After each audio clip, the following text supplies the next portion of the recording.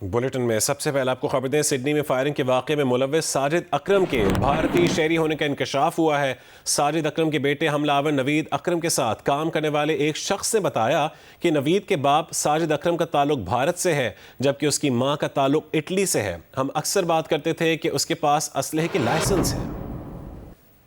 Australia के वजीर दाखिला ने कहा है कि साजिद अकरम स्टूडेंट वीज़ा पर 1998 में ऑस्ट्रेलिया आया। वीज़ा 2001 में ऑस्ट्रेलियन खातून से शादी के बाद पार्टनर वीज़ा में तब्दील हुआ, जबकि बेटा नवीद अकरम ऑस्ट्रेलिया में ही पैदा हुआ। सिडनी में दहशतगर्दी के वाक़े को पाकिस्तान से जोड़ने की भारत, इसराइल और अफगानिस्तान की कोशिश बेनकाब हो गई। ऑस्ट्रेलियाई वजारत दाखिला ने भी भारतीय मीडिया और सोशल मीडिया अकाउंट्स के साजिद अकरम के टूरिस्ट वीज़ा पर ऑस्ट्रेलिया आने के झूठ का पोल खोल दिया।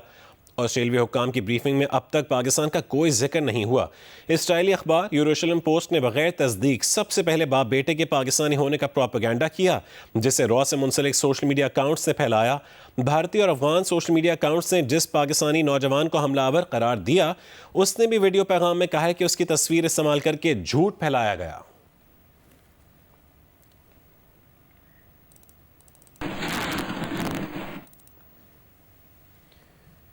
सिडनी में हमलावर को दबोचकर बंदूक छीनने वाले शामी हीरो अहमद अल अहमद की ऑस्ट्रेलिया समेत दुनिया भर में पजीराई हुई। अमरीकी सदर ट्रंप ने तारीफ की, कहा कि बहादुर शख्स है, कहा यह कि काबिल एहतराम है और इस बहादुर शख्स ने बहुत से लोगों की जान बचाई। वालिदैन का भी बेटे के कारनामे पर फ़ख्र का इजहार। शामी हीरो अहमद अल अहमद के लिए अमरीकी अरबपति की जानिब से $1 लाख इनाम का भी ऐलान सामने आया।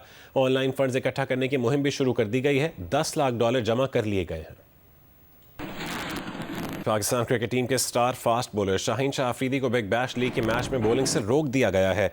मेलबर्न रेनेगेड्स और ब्रिस्बेन हेट के दरमियान जारी मैच में ब्रिस्बेन हीट की नुमाइंदगी करने वाले बॉलर शाहीन अफरीदी ने अपने तीसरे ओवर में 2 बीमर कराई, जिसकी वजह से अंपायर्स ने उन्हें बॉलिंग से रोक दिया। शाहीन शाह अफरीदी अपने बिग बैश लीग के डेब्यू को खुशगवार ना बना सके।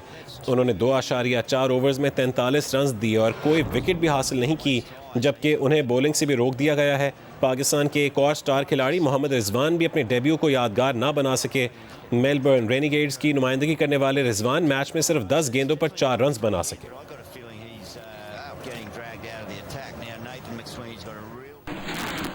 वज़ीर आज़म की ज़ेर सदारत बिजली के शोबे में इस्लाहात से मुतालिक जायज़ा इजलास हुआ।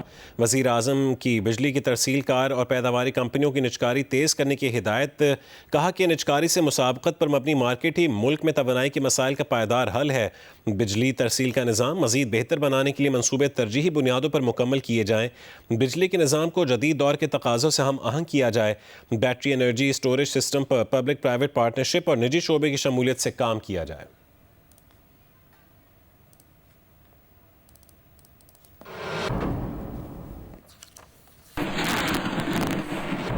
पंजाब काबीना ने जदीद ट्रैफिक लाइट्स से लाहौर में ट्रैफिक का निज़ाम बदलने की मंजूरी दे दी है। पंजाब में ज़ेब्रा क्रॉसिंग के ज़रिए सड़कें महफूज बनाई जाएंगी। वज़ीर आला पंजाब मरीम नवाज़ की ज़ेर सदारत इजलास में फ़ैसला किया गया कि पंजाब में हर महकमे की मुकम्मल इंक्वायरी होगी, करप्शन सिफर और जवाबदेही यकीनी बनाई जाएगी। रावलपिंडी में पंजाब का दूसरा IT सिटी बनेगी, IT सिटी बनेगा। जबकि इस पर मज़ीद तफसील जानेंगे उस्मान भट्टी से। उस्मान भट्टी बताएगा क्या मज़ीद कहा गया वज़ीर आला की जानिब से। जी, वज़ीर पंजाब मरियम नवाज शरीफ की सरबराही में काबीना का 31वां जो है वो तारीखी इजलास हुआ और इसमें उन्होंने ये चीज़ बड़ी अहम कही कि करप्शन पर जीरो टॉलरेंस होगी। इसके अलावा उन्होंने कहा पंजाब में डिजिटल इंकलाब नया बाप, रावलपिंडी में पंजाब में दूसरा IT सेंटर बनेगा। पंजाब के नौजवानों को प्रोफेशनल बनाकर रोजगार और तरक्की की राह हमवार करने के लिए 1 साल में 2300 नौजवानों को स्किल प्रोफेशनल्स टारगेट बनाए जाएंगे। इसके अलावा उन्होंने सुथरा पंजाब की बड़ी तारीफ की और इसके अलावा जो पंजाब में मुख्तलिफ तरक्याती प्रोजेक्ट्स चल रहे हैं उन बारे में भी उन्होंने ब्रीफिंग ली और उन्होंने कहा कि पंजाब में ज़ेब्रा क्रॉसिंग के जरिए सड़कें महफूज बनाई जाएंगी। शहरी जिंदगी को आसान और महफूज बनाने के लिए हर शहर की हर रोड को गड़ों को पुर किया जाएगा ताकि कोई भी हादसा ना हो सके। पंजाब में इम्तिहानात अब शफाफ और मेयार के मुताबिक होंगे और ये आज जो है पंजाब काबीना का 31वां इजलास जो है मरियम नवाज की सदारत हुआ। बहुत शुक्रिया। उस्मान भट्टी हमें तफसील से आगाह कर रहे थे कि वज़ीर आला मरीम नवाज़ ने हेड टीचर के लिए अलाउंस 5,000 से 10,000 कर दिया है। लाइफ स्टॉक को कंपनी बनाकर मवेशी एक्सपोर्ट करने का भी हदफ दे दिया गया है। पंजाब के मजहबी रहनुमाओं की कदर और कम्यूनिटी की खिदमत को फ़रोग देने का भी फैसला किया गया है और इमाम मस्जिद साहिबान को एजाज़िया देने की पॉलिसी भी मंजूर कर ली गई है। पंजाब फाइनेंशियल एडवाइजरी सर्विसेज में भर्तियों पर पाबंदी में नरमी की भी मंजूरी दे दी गई है।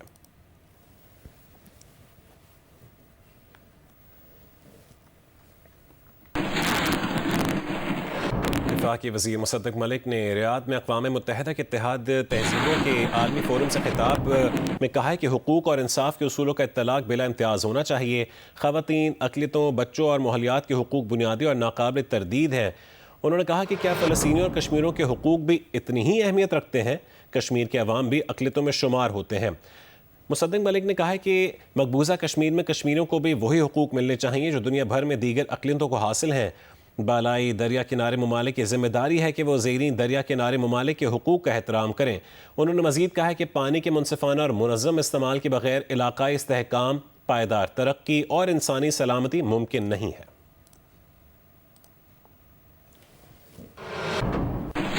मोहम्मद की तहसील अंबार 4 गली पुलिस पोस्ट पर शरपसंदों ने फायरिंग कर दी है। फायरिंग से 2 पुलिस एहलकार जख्मी हो गए जिन्हें अस्पताल मुंतकिल कर दिया गया है।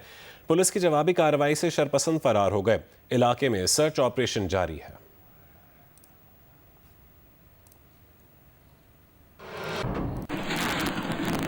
वज़ीर सेहत सिंध डॉक्टर अज़रा फजल पिचोहो ने लियारी जनरल अस्पताल कराची में जदीद तिब्बी सहूलियात का इफ्तिताह कर दिया।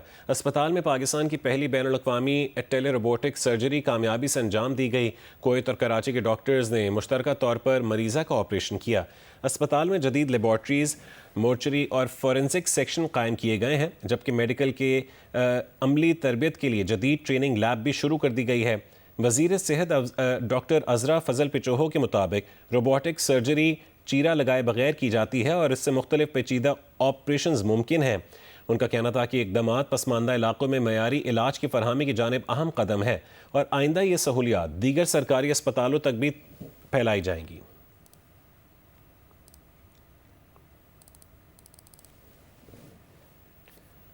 पंजाब में सदाद पोलियो मुहिम का आगाज़ हो गया है। तफसील बताएंगी उम्मे फरवा। पूरे पाकिस्तान में पोलियो की कैंपेन का आज से आगाज़ हो रहा है और इस वक्त हमारे साथ मौजूद है वज़ीर आज़म की फोकल पर्सन बराए पोलियो आयशा फ़ारूक। उन्हीं से हम जानते हैं कि पाकिस्तान में इस वक्त पोलियो की क्या सूरत हाल है और रवा साल कितने केसेस रिपोर्ट हुए और ये आज से जो कैंपेन शुरू हो रही है ये कितनी इम्पोर्टेंट है हमारे बच्चों के लिए। पिछले साल से पाकिस्तान में पोलियो की बहुत बेहतरी आई है। हमारे पास 74 केसेस थे पिछले साल और इस साल वो सिर्फ 30 केसेस रह गए हैं। पंजाब से सिर्फ 1 केस सामने आया है। तो ये सारी इस जो मेहनत हमारे फ्रंट लाइन वर्कर्स ने की है, उनकी अनथक लगन मेहनत, प्राइम मिनिस्टर शहबाज साहब इसको पर्सनली इसको ओवरसी कर रहे हैं और हमारे तमाम चीफ मिनिस्टर्स इंक्लूडिंग हमारी चीफ मिनिस्टर मरियम नवाज शरीफ साहिबा पंजाब में इसको लीड कर रही हैं और यही वजह है कि हम इतनी बेहतरी देख रहे हैं। लेकिन इसके बावजूद पंजाब में अभी भी स्पेशली लाहौर में, फैसलाबाद, रावलपिंडी से हमारे जो माहौलियाती नमूने हैं वो अभी भी कुछ पॉजिटिव आए हैं। सो यही इसी काम को और बेहतर बनाने की ज़रूरत है। ये जो नेशन वाइड कैंपेन आज से पूरे मुल्क में शुरू हो रहा है, इसका हदफ है 45 मिलियन 5 साल से कम बच्चों तक पहुंचना। पंजाब में 23 मिलियन बच्चों को हम पोलियो के 2 कतरे पिलाएंगे। लाहौर के अंदर इस दफ़ा की जो आज की कैंपेन स्टार्ट हो रही है वो 7 रोज़ा है और वालिदैन से अपील की जा रही है कि अपने बच्चों को कतरे लाजमी पिलाएं। जी। डिस्ट्रिक्ट हेडक्वार्टर अस्पताल लंडी कोतल मसाइल का शिकार है। मज़ीद तफसील बताएंगे काजी फजलुल्लाह।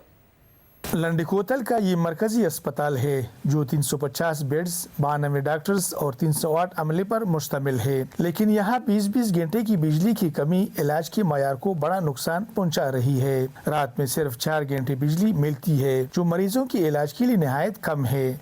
बिजली की भारी बकायाजात की वजह से अस्पताल के लिए बिजली की सप्लाई महदूद रखी जा रही है और बेशतर यूनिट्स अक्सर गैर फाल रहते हैं। लेबर रूम वगैरह है या OPD है, वहाँ पर बिजली नहीं होती। अगर वहाँ पर बिजली नहीं होती तो बड़े एक्सरे या मशीन या बंद होती है तो बगैर इलाज के वो वापस चले जाते हैं। अभी 21 करोड़ में अभी रिसेंटली मैंने तकरीबन 7-7.5 करोड़ रुपए बिल दिए। एमएस के मुताबिक अस्पताल की बिजली का मीटर 2012 से गिर स्टेशन में नस्ब है। इनका दावा है कि असल खपत कम जबकि मीटर के जरिए गैर कानूनी इस्तेमाल ज्यादा दिखाई दे रहा है। तो इसलिए हमने उनसे मुतालबा किया था कि हमें हमारे अस्पताल में हर जगह पर अपना एक मीटर और साथ में जहाँ पर मीटर नहीं लगा वहाँ पर हमें चेक मीटर लगा दे ताकि हमें अपने कंजम्पशन का पता चल सके। टेस्को हुकाम का मौक़िफ़ है कि अस्पताल की जिम्मा बारी बकायाजात हैं। मुकम्मल अदायगी हो जाने पर अस्पताल को 24 घंटे बिजली फराहम की जाएगी। काजी फजलुल्लाह, जियो न्यूज़, ज़िला खैबर। स्वात के शहर में गोरा में ट्रैफिक मसाइल के बायस शहरियों को मुश्किलात का सामना है। तफसील बताएंगे डॉक्टर महबूब अली। जी बिल्कुल, जिला स्वात का मरकजी शहर मिंगौरा खैबर पख्तूनख्वा में पेशावर के बाद आबादी के लिहाज से दूसरा बड़ा शहर है, जिसकी आबादी अब 8 लाख अफराद से भी तजावज़ कर गई है।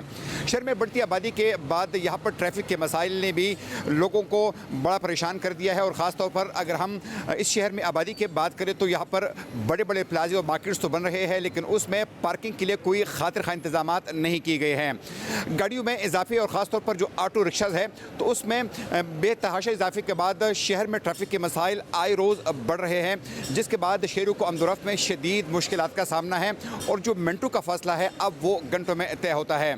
शहरों ने हुकूमत से मुतालिबा किया है कि ट्रैफिक के मसाइल पर काबू पाने के लिए ठोस और मौसर इक़दाम उठाए जाए ताकि लोगों की मुश्किलात में कमी आ सके। जी।